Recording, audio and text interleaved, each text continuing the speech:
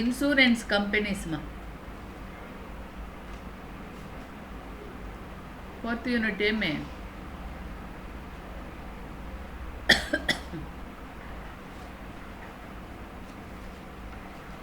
ఏమ్మా insurance company కదా 4th unit గుర్తుందా లేదా? ఏం 4th unit? Hello hello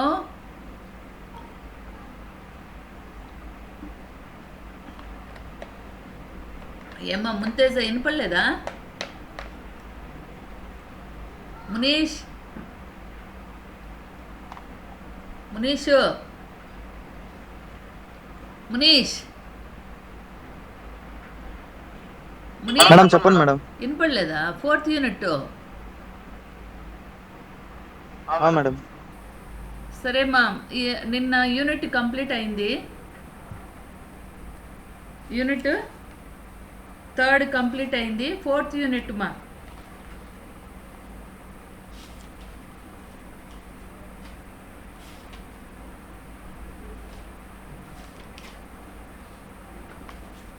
hello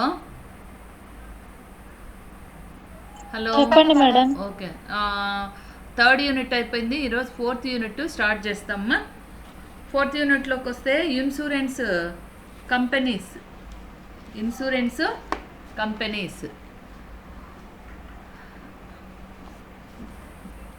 A contract of life insurance is a contract under which, in consideration of sum of money called premium, a contract of life insurance is a contract under which, in consideration of sum of money called premium. ఇక్కడ premium అంటే ఏంటి?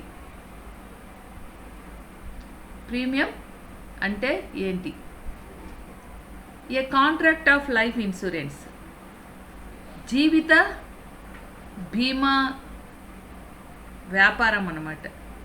ఇది ఎప్పుడు establish అయిందంటే 1956లో establish అయింది.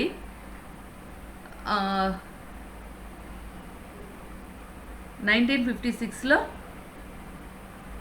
అంటే దాని నుండి భారతీయ జీవిత బీమా ఇండియా లైఫ్ ఇన్సూరెన్స్ కార్పొరేషన్ అనేది లోబడి ఉందన్నమాట. ఈ రకపు బీమా కంపెనీ వచ్చి పాలసీదారు మరణించినా లేదా నిర్ణీత వయసు పొందినా, ఒకవేళ అతడు మరణించినాడు అనుకోండి, ఇప్పుడు ఒకరు పాలసీ చేసుకున్న తర్వాత అది ఒక 10 సంవత్సరాల కాలం పెడతారు, గడువు కాలం. ఆ 10 సంవత్సరాలు లోపల అతడు ముందుగా చనిపోతే 10 సంవత్సరాల గడువు లోపలే చనిపోయినా డబ్బులు వస్తాయి. లేదు 10 సంవత్సరాలు గడిచినా కూడా డబ్బులు వస్తాయి అన్నమాట. అంటే ఏది ముందైతే అది దాని ప్రకారం డబ్బులు వస్తాయి అన్నమాట. అర్థమైందా? బీమా కంపెనీ వాగ్దానం చేస్తుంది. నిర్ణీత మొత్తాన్ని ఇవ్వడానికి బీమా కంపెనీ వాగ్దానం చేస్తుందన్నమాట. అర్థమవుతుందమ్మా?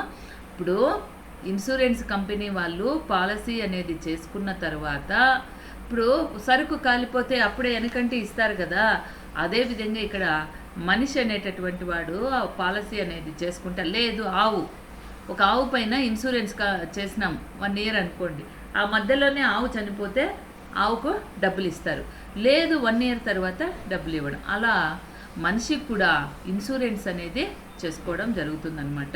అది నిర్ణీత వయసు పొందిన లేదా నిర్ణీత మొత్తాన్ని ఇవ్వడానికి. అంటే అతడు ఒక వ్యక్తి బీమా కంపెనీ చేసుకున్నటువంటి పాలసీదారు మరణించిన లేదా నిర్ణీత వయసును ఎప్పుడైతే వయసు పెట్టింటారో ఆ వయసుకున్నా కానీ ఏది ముందైతే అది దానికి బీమా కంపెనీ ఏం చేస్తుంది, డబ్బులు ఇస్తామని వాగ్దానం చేస్తుందన్నమాట. దాంట్లో పాలసీస్ ఉన్నాయి అన్నమాట. దాంట్లో పాలసీస్ అర్థమవుతుందమ్మా ఏం బీమా కంపెనీ అంటే? హలో, అర్థమైంది మేడం. ఓకే. తర్వాత స్క్రీన్ కనబడుతుందా మీకు? స్క్రీన్ కనబడుతుందమ్మా? లేదు మేడం. లేదా? కనిపించలేదు మేడం. ఓకే, అప్పుడే కనిపించినట్టుంది.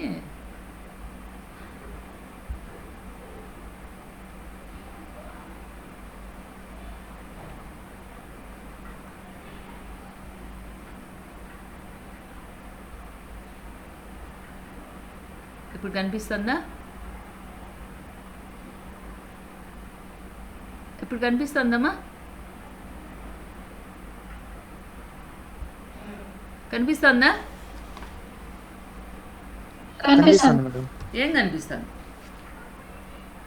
1 నోట్ కనిపిస్తుంది. Yes, 1 note.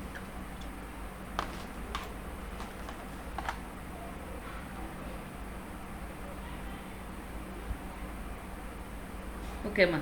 ఇప్పుడు ఇవి పాలసీలు అనేటటువంటిది అర్థమైంది కదా. బీమా కంపెనీ ఎందుకు ఇన్సూరెన్స్ చేసుకుంటామో అది టైం పెట్టిండే టైంకి మెచ్యూర్ అయితే డబ్బులు వస్తాయి. 1 lakh పాలసీ పెట్టింటాం, మెచ్యూర్ డేట్ 10 years పెట్టింటాం. ఆ 10 yearsకు 1 lakh వస్తుంది.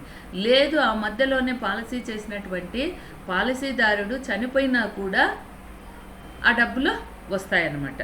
అవి పాలసీస్ ఏవి అంటే whole life policy. Whole life policy first one ఏమ్మా?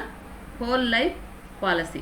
Under this policy, the premium continues to be paid throughout lifetime of the assured, but the policy money becomes payable only after his or her death.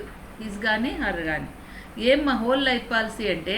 ఈ పాలసీలో పాలసీదారుడు ప్రీమియంను policy తీసుకున్నప్పటి నుంచి, అంటే ఎప్పుడు start చేసినప్పటి నుండి జీవితకాలం పూర్తి అయ్యే వరకు చెల్లించాలన్నమాట.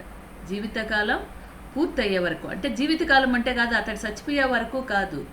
ఎన్ని సంవత్సరాలు అయితే పెట్టింటారో అన్ని సంవత్సరాల వరకు పూర్తిగా చెల్లించాలన్నమాట.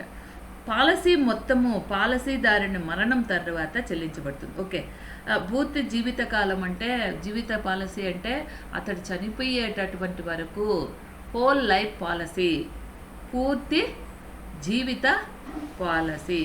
ఈ పాలసీలో పాలసీదారుడు ప్రీమియంను పాలసీ తీసుకున్నప్పటి నుంచి జీవితకాలం పూర్తి అయ్యే వరకు కూడా చెల్లించాలా. పాలసీ మొత్తం ఎవరికి వస్తుందంటే అతడు చచ్చిపోయినాక చెల్లిస్తారంట. ఏముందో చూడండి, ఒక్కడు పాలసీ చేసుకున్నాడు, వాడు చచ్చిపోయినాడు. చచ్చిపోతే ఆ పాలసీ మొత్తం ఎవరికి వస్తుంది?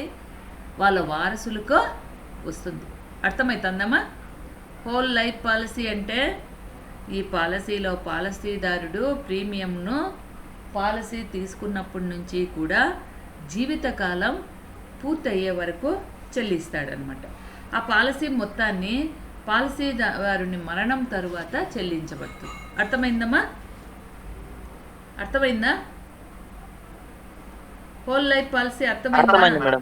ఓకే, నెక్స్ట్ ఏమి పాలసీ చేసుకుంటాడో, పాలసీ చేసుకున్నాక డబ్బులు వాడు చచ్చిపోయే వరకు కడతానే ఉంటాడు. అయితే ఆ డబ్బులు ఎప్పుడు వస్తాయి? వాడు చచ్చిపోయినాక వస్తాయి.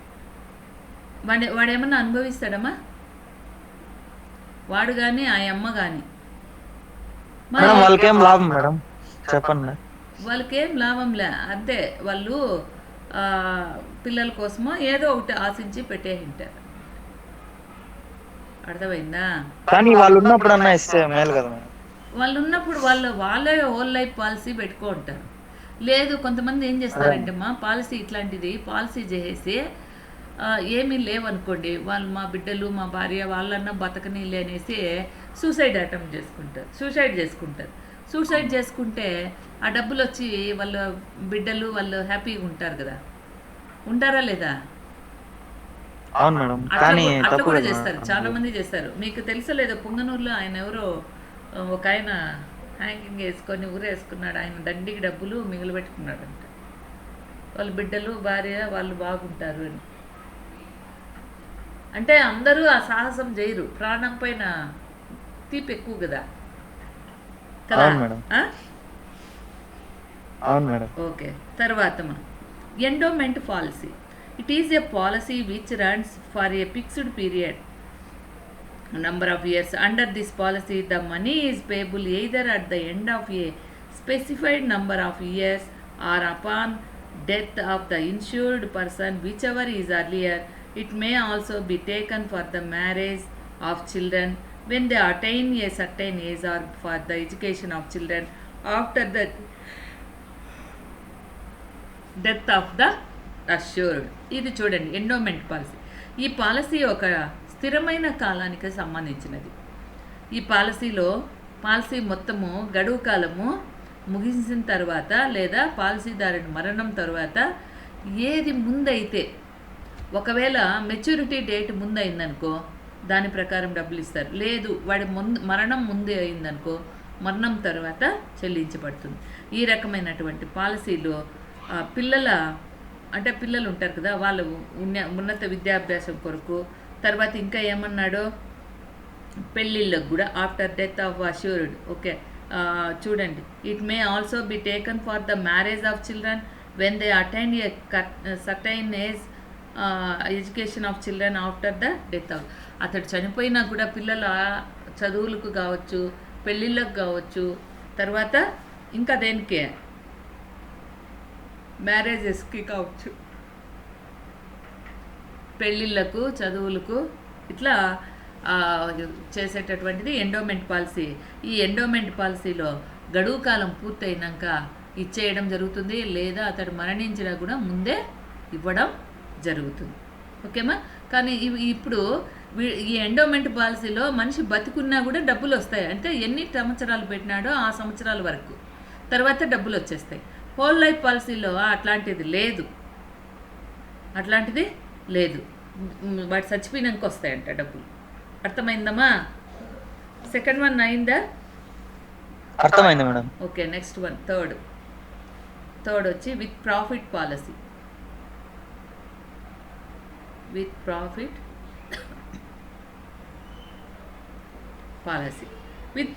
పాలసీ లాభం కలిగినటువంటి పాలసీ, లాభార్జన పాలసీ. ఈ పాలసీలో పాలసీదారుడు ఏం చేస్తాడంటే పాలసీ మొత్తంతో పాటు కంపెనీ లాభాలలో కూడా వాటా పొందుతాడు.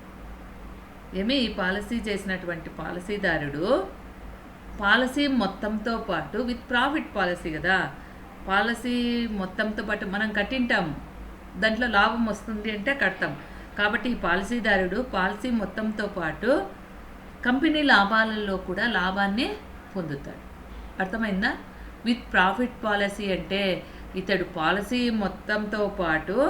పాలసీతో పాటు తర్వాత కంపెనీలో వచ్చేటటువంటి లాభాలను కూడా ఇతడు పొందుతాడు విత్ ప్రాఫిట్ పాలసీ. ఓకే, అర్థమైందా?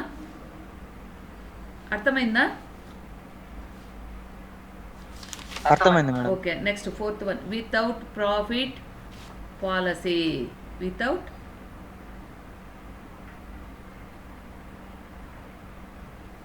Profit policy.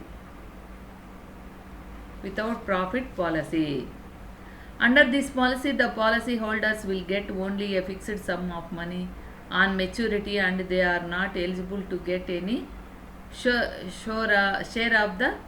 in the profits of the company. ఏమి పాయింట్? వితౌట్ ప్రాఫిట్ పాలసీ, లాభం లేనటువంటి పాలసీ. ఈ పాలసీలో పాలసీదారుడు ఏం చేస్తాడంటే పాలసీ మొత్తాన్ని గడువు సమయం ముగిసిన తర్వాత పొందుతాడు. లాభార్జన లేనటువంటి పాలసీలో ఈ పాలసీలో ఏం చేస్తాడు పాలసీదారుడు, గడువు టైం ముగిసిపోయిందనుకో తర్వాత డబ్బులు పొందుతాడు. ఎటువంటి లాభాలు ఉండవు, ఎటువంటి లాభాలు ఇతడు పొందాడనమాట. అర్థమైందా? లాభార్జన లేని పాలసీ ఏమి, ఈ పాలసీలో పాలసీదారుడు పాలసీ మొత్తాన్ని గడువు సమయం ముగిసిన తర్వాత పొందుతాడు, ఎటువంటి లాభాలు కూడా ఉండవు. తర్వాత యాన్యుయిటీ. ఫిఫ్త్ వన్ ఏమి యాన్యుయిటీ అంటే వార్షికాలు. The person taking out annuity may pay the premium in regular instalments over a certain period or he may pay it in a lump sum at one go. After the assured reaches a certain age, the insurer will pay back the money paid by monthly, quarterly, half yearly or yearly installments. An annuity provides a source of regular income to the assured or to his dependents after the expiry of a specified. ఏమ్మా వార్షికాల్లో యాన్యుయిటీలో ఈ రకమైనటువంటి పాలసీలో పాలసీదారుడు ఏం చేస్తాడు అంటే policy మొత్తాన్ని స్థిరమైనటువంటి వాయిదాల్లో అంటే ఫిక్స్డ్ ఇన్స్టాల్మెంట్స్లో లేదా ఒకేసారి చెల్లిస్తాడనమాట. ఈ వార్షికాల్లో పాలసీదారుడు సంవత్సరానికి ఒకసారైనా చెల్లించవచ్చు లేదా 3 సార్లు అన్నా చెల్లించవచ్చు అనమాట. సంవత్సరానికి అట్లయినా చెల్లించవచ్చు. పాలసీదారుని వయసు మీరిన తర్వాత బీమా కంపెనీ వారు పాలసీ మొత్తాన్ని నెలవారీ, 3 నెలలకోసారి, 6 నెలలకోసారి లేదా సంవత్సరానికి ఒకసారి వాయిదాల రూపంలో చెల్లిస్తారు. పాలసీదారుని వయసు మీరింది అంటే ఎక్కువ అయిపోయింది. బీమా కంపెనీ వాళ్ళు ఏం చేస్తారు, పాలసీ మొత్తాన్ని నెలవారీ, 3 నెలలకోసారి, 6 నెలలకోసారి లేదా సంవత్సరానికి ఒకసారి వాయిదాల రూపంలో చెల్లిస్తారన్నమాట. ఓకే, వార్షికాలుమా. Fifth one యాన్యుయిటీ.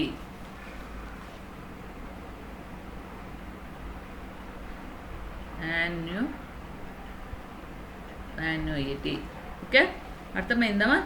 దీంట్లో ఏమి వయసు ఎక్కువ అయ్యిండే వాళ్ళు కూడా బీమా కంపెనీ వారు పాలసీ మొత్తాన్ని నెలవారీ కానీ, 3 నెలలకోసారి కానీ, 6 నెలలకోసారి కానీ కట్టుకోవచ్చు అన్నమాట.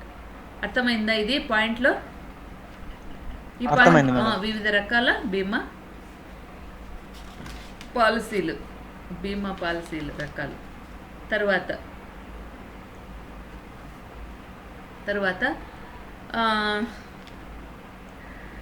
లైఫ్ ఇన్సూరెన్స్కి, జనరల్ ఇన్సూరెన్స్కి వేరియేషన్స్,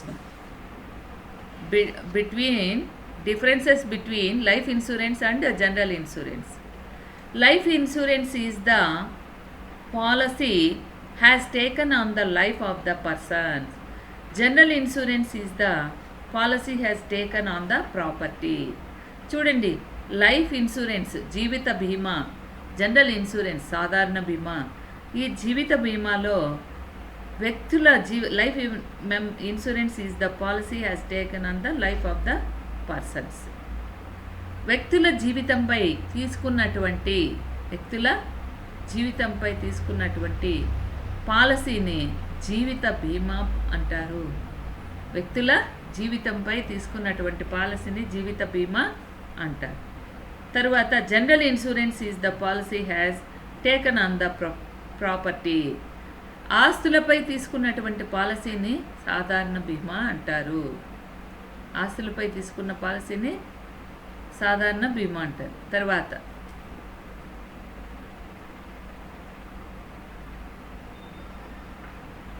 తర్వాత life insurance corporation rationalised in 1956.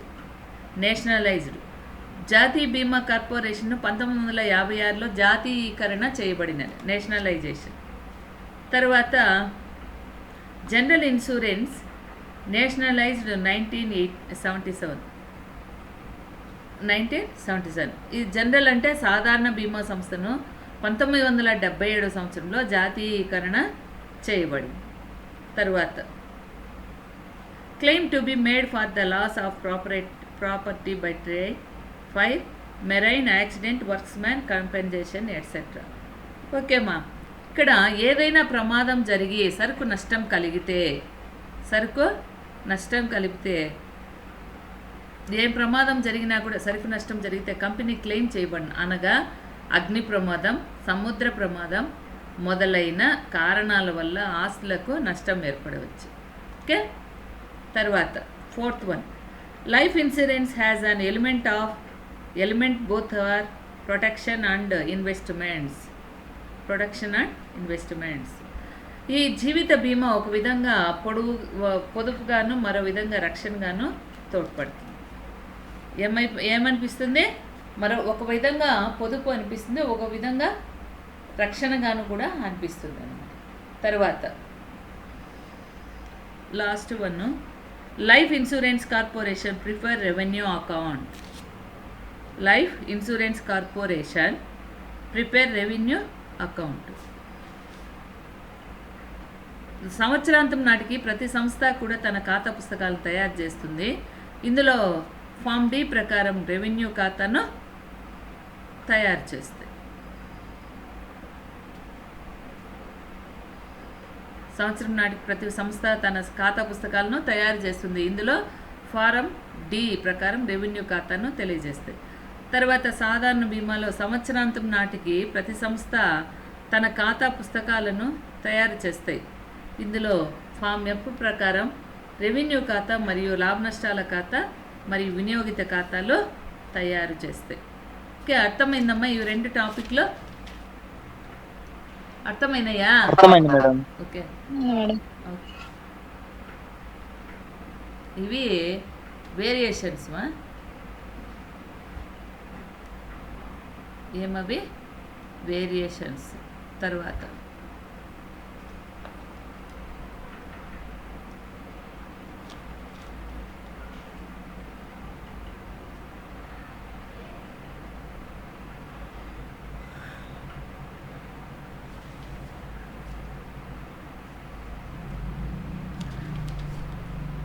ఇది థియరీమా?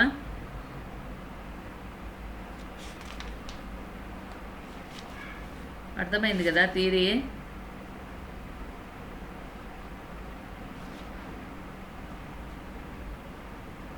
అర్థమైంది మేడం. ఓకే, నెక్స్ట్ ఏమున్నాయి? పర్సనరీ బోనస్.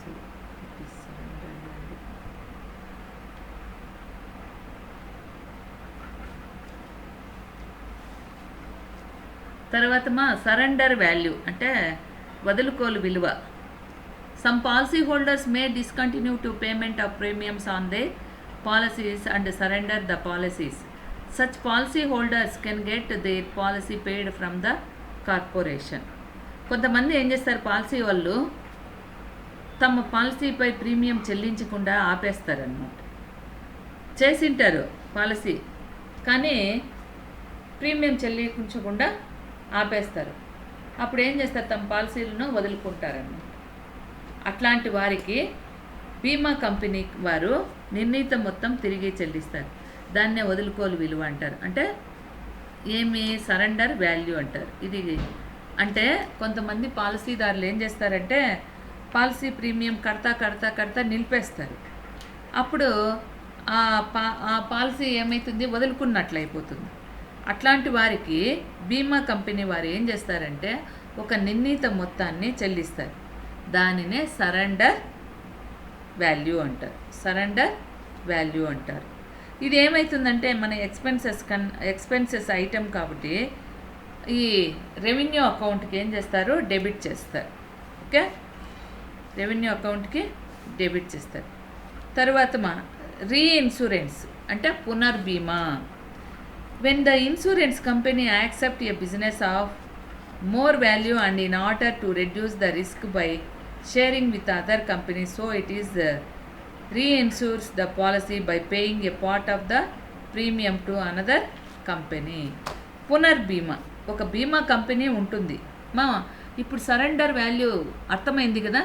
సరెండర్ అంటే పాలసీ కట్టి మధ్యలో నిలిపేస్తే అది సరెండర్ అవుతారు. తర్వాత ఆ పాలసీ మొత్తం ఎంతైతే ఉందో అది ఇన్సూరెన్స్ కంపెనీ చెల్లిస్తుంది అనమాట. అది సరెండర్ వాల్యూ. ఇప్పుడు రీఇన్సూరెన్స్ అర్థమవుతుందా? అర్థమైందమ్మా ఇంతాక సరెండర్ది? అర్థమైంది మేడం. ఓకే, ఇప్పుడు రీఇన్సూరెన్స్ అంటే పునర్బీమా. ఒక బీమా కంపెనీ ఏం చేస్తుంది, ఒక పెద్ద ప్రమాద నష్టానికి వ్యతిరేకంగా తనకు తాను రక్షణను పొందడానికి చేసే బీమాను పునర్బీమా అంటారు. ఏమే, ఒక బీమా కంపెనీ ఒక పెద్ద ప్రమాద నష్టానికి